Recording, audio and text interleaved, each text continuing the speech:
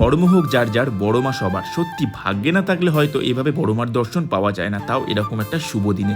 কথায় আছে না, বড় মা না ডাকলে বড় মার কাছে যাওয়া যায় না। তাই বড় মার মন্দিরের পাশ দিয়ে অনেকবার গেলেও বড় মার কাছে পুজো দিতে পারিনি, হয়তো বড় মা ডাকিনি, তাই বড় মার কাছে যাওয়াও হয়নি। বাট এবছর জন্মদিনের দিন সন্ধ্যেবেলা অফিস থেকে বাড়ি এসে ভাবলাম হাতে যখন কিছুটা টাইম আছে তাহলে একবার বড় মার কাছ থেকে ঘুরে আসা যাক। তাই আমি আর ম্যাডাম ঝটপট রেডি হয়ে বেরিয়ে পড়লাম।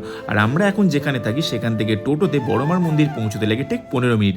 আর আমার বার্থডেটা ছিল 11ই অক্টোবর, শনিবার, মানে কালী পুজোর বেশ কিছুদিন আগে। আর এদিকে আমরা মিষ্টির দোকান থেকে ডালা নিয়ে সোজা চলে গেলাম মন্দিরে। বিশ্বাস করো, যখনই মন্দিরের সামনে দিয়ে যেতাম, সকাল হোক কি বিকেল, অল টাইম এত ভিড় থাকতো কি বলবো। কিন্তু আমরা যেদিন গেছিলাম শনিবার হওয়া সত্ত্বেও সন্ধ্যে 6টার সময় মাকে পুজো দেওয়ার জন্য একটুও লাইনে দাঁড়াতে হয়নি।